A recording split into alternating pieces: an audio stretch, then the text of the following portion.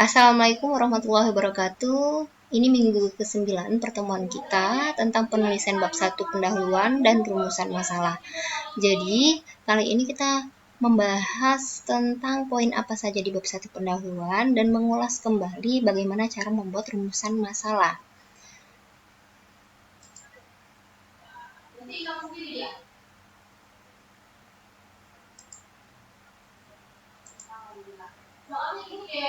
Di bab 1 pendahuluan, poinnya yang pertama itu 1.1 latar belakang masalah.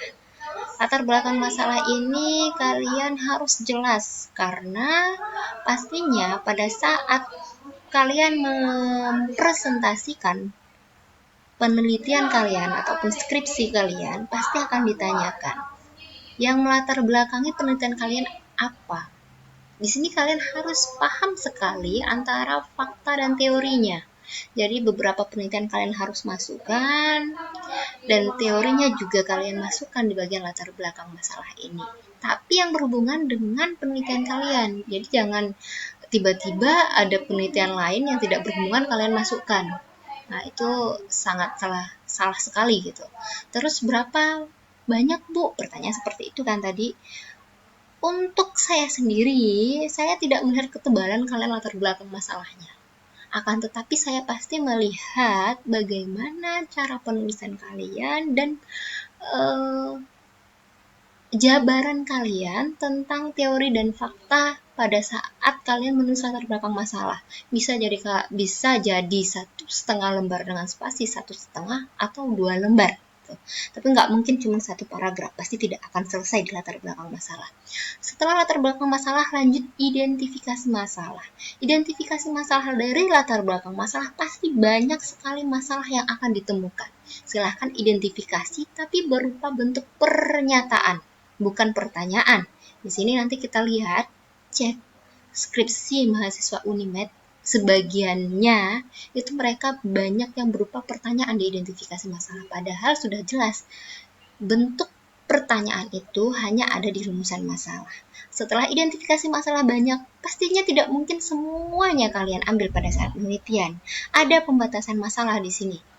Pembatasan masalah, peneliti membatasi masalah yang akan diteliti sesuai dengan tujuan penelitian. Tujuan penelitian kalian apa? Misalnya, tujuan penelitian kalian untuk melihat hubungan asupan Fa dengan kejadian anemia pada ibu hamil di Kota Medan. Berarti batasannya adalah ibu hamil dan di Kota Medan. Variabelnya apa? Asupan Fa dan kejadian anemianya. Dilihat apa kejadian anemianya itu? Bu, saya kejadian anemianya mau lihat kadarnya. Kadar Fa-nya berapa ketika kita melihat asupannya berapa, kadar Fa-nya berapa. Oke, boleh seperti itu. Sekarang kita ke perumusan masalah. Perumusan masalah ini berupa pertanyaan. Jadi kalian kemarin juga setengah semester saya beri kesempatan untuk membuat perumusan masalah. Tapi mungkin masih banyak yang sebagian besar itu masih bingung, Bu, perumusan masalah itu seperti apa? Apakah hanya satu perumusan masalah itu bisa? Namanya perumusan masalah berarti ada masalah di sana yang ingin diselesaikan. Ada beberapa pertanyaan yang harus diselesaikan oleh peneliti tersebut. Kalau misalnya hanya satu, berarti hanya satu masalah yang ingin diselesaikan. Padahal kalau kalian identifikasi masalah, namanya identifikasi masalah ya, pasti banyak masalah yang harus diselesaikan. Itu kalian harus selesaikan. Setelah perumusan masalah, yang terakhir di pendahuluan itu ada tujuan penelitian. Tujuan penelitian ini capaiannya sesuai dengan perumusan masalah. Jika rumusan masalah kalian ada 5 pertanyaan, berarti tujuan penelitian kalian ada 5 tujuan penelitian yang untuk diselesaikan. Ini nanti berhubungan dengan hasil. Jadi, hasil itu menjawab tujuan penelitian. Nanti kita berikan beberapa contohnya. Oke. Kita flashback kembali tentang teori rumusan masalah. Jadi biar nanti tidak pada bingung kembali. Apa Bu, teori rumusan masalah itu seperti apa Bu? Apakah seperti ini juga dikatakan rumusan masalah gitu kan? Ya. Kalau misalnya di buku metode penelitian kuantitatif dan kualitatif saya ambil di sana, rumusan masalah ini dibagi ada 3. Rumusan masalah deskriptif, rumusan masalah komparatif, dan rumusan masalah asosiatif. Di sini kita rumusan masalah deskriptif. Rumusan masalah deskriptif ini hanya pada satu variabel atau lebih yang berdiri sendiri. Jadi misalnya nih ya, kita mau melihat gambaran karakteristiknya saja pada wanita lakto-vegetarian dan non-vegetarian. Setelah itu, apa sih gambaran karakteristik ini? Nanti dijelaskan di definisi operasional. Jadi hanya tunggal gambaran karakteristik saja, seperti 1. Usia, pendidikan, jenis kelamin. Itu adalah gambaran karakteristik yang kadang tidak bisa dikontrol oleh peneliti. Pendapatan, gambaran karakteristik. Kalau misalnya rumusan masalahnya gambaran karakteristik, bagaimanakah gambaran karakteristik subjek? Pasti tujuannya adalah menganalisis gambaran karakteristik subjek pada wanita lakto-vegetarian dan non-vegetarian. Atau contoh lainnya, dengan satu variabel saja, dia berdiri sendiri, misalnya hasil belajar mahasiswa gizi atau tingkat pengetahuan gizi pada sekolah di Kota Medan. Jadi variabel yang hanya berdiri sendiri. Setelah itu nanti kita masuk ke rumusan masalah yang komparatif pembandingan, tapi saya berikan contoh yang untuk sebaran subjek berdasarkan karakteristik.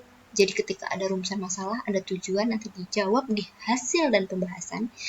Kita contohkan penelitiannya Astuti dan kawan-kawan tahun 2019, status gizi, status kesehatan, dan gaya hidup pada wanita lakto-vegetarian dan non-vegetarian.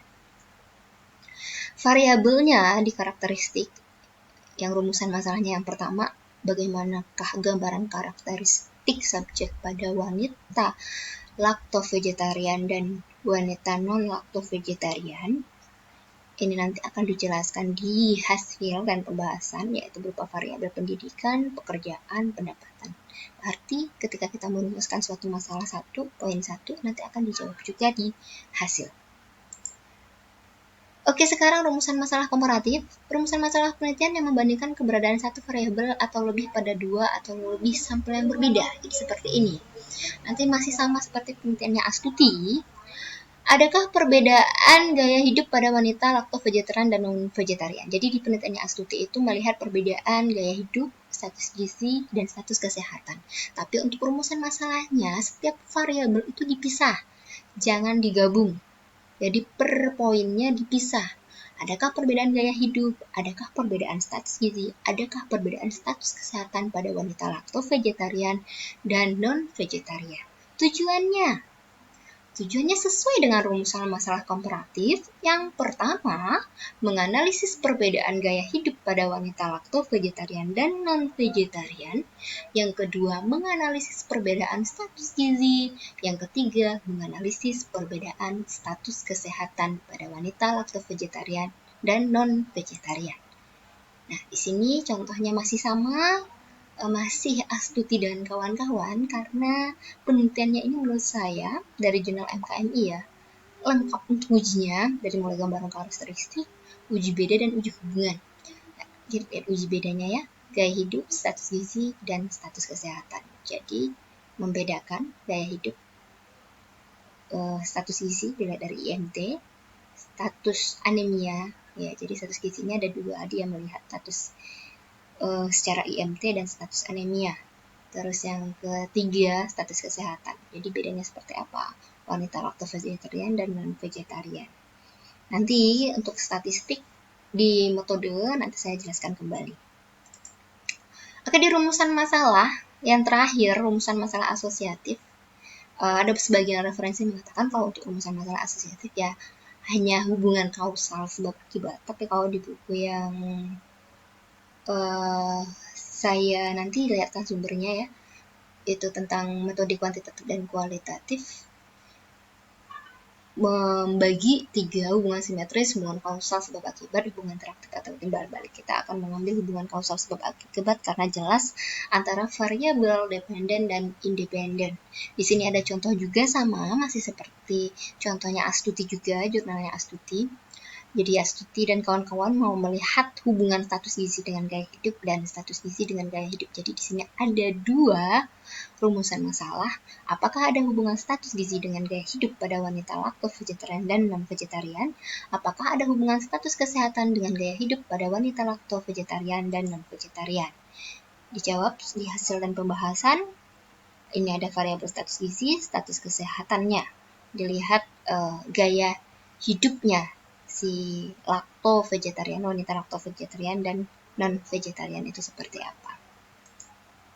Rumusan masalahnya, saya simpulkan bahwa rumusan masalah pada penelitiannya Astuti dan kawan-kawan itu ada 6. Bagaimanakah gambaran karakteristik subjek? Adakah perbedaan gaya hidup? Adakah perbedaan status gizi? Adakah perbedaan status kesehatan? Apakah ada hubungan status gizi dengan gaya hidup? Dan terakhir, apakah ada hubungan status kesehatan dengan gaya hidup pada wanita lakto-vegetarian dan non-vegetarian? Di sini tadi sempat kita latihan ya untuk membuat rumusan masalah dari hasil penelitian Simbolon. Yang pertama, karakteristik remaja overweight obesitas kemungkinan besar ataupun memang rumusan masalahnya Simbolon yang pertama itu bagaimanakah karakteristik subjek pada remaja overweight dan obesitas. Yang kedua, tabel 2 dan 3 melihat skor pengetahuan sebelum dan setelah intervensi, dan tabel 3 melihat berat badan setelah diintervensi dan sebelum dan setelah. Jadi di sini untuk rumusan masalahnya, apakah ada perbedaan pengetahuan remaja sebelum dan setelah edukasi gizi? Apakah ada perbedaan berat badan remaja sebelum dan setelah dilakukan intervensi? Terus rumusan masalah yang terakhir di tabel 4, di sini kita lihat pengaruh edukasi gizi dengan perubahan berat badan. Ini adalah penelitian utamanya Simbolon dan kawan-kawan. Berarti rumusan masalahnya itu adalah apakah ada pengaruh edukasi gizi terhadap perubahan berat badan remaja overweight dan obesitas. Ternyata tidak berpengaruh, sehingga ada tugasnya lagi si Simbolon. Loh, kenapa tidak berpengaruh? Ada apa? Pasti ada variabel pengganggu di sana. Variabel pengganggunya sudah dilihat di karakteristiknya, karakteristik subjek. Si peneliti juga melihat uang sakunya. Berapa uang saku yang diterima untuk si remaja overweight dan obesitas. Jadi kalau sebenarnya variabel pengganggu ini bisa kita kontrol di data inklusi dan eksklusi. Akan tetapi ada bagian variabel pengganggu yang tidak bisa kita kontrol dengan data inklusi dan eksklusi, sehingga kita melihat data tersebut dari gambaran karakteristiknya. Jadi kita lihat karakteristik subjek itu seperti apa. Jadi ketika untuk melihat pengaruh ternyata tidak ada pengaruh, ada apa di sana? Ada pengaruh lain tidak? Apa menjadi variabel confoundingnya? Dilihat juga sebelum kalian uji pengaruh juga, uji apakah dia berpengaruh atau tidak, juga harus dilihat karakteristiknya itu berpengaruh atau tidak di variabel utamanya.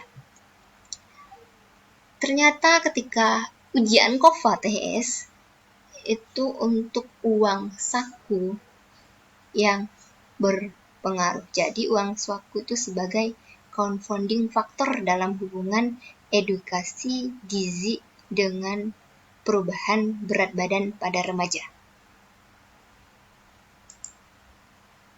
Ini ada penelitian teman kalian, Ria Rizky Febrianti Ginting, dengan judul hubungan indeks massa tubuh, asupan energi, dan personal hygiene dengan produktivitas kerja karyawan bagian pengolahan kelapa sawit di PT Padasa 6 Utama Perkebunan Teluk Dalam.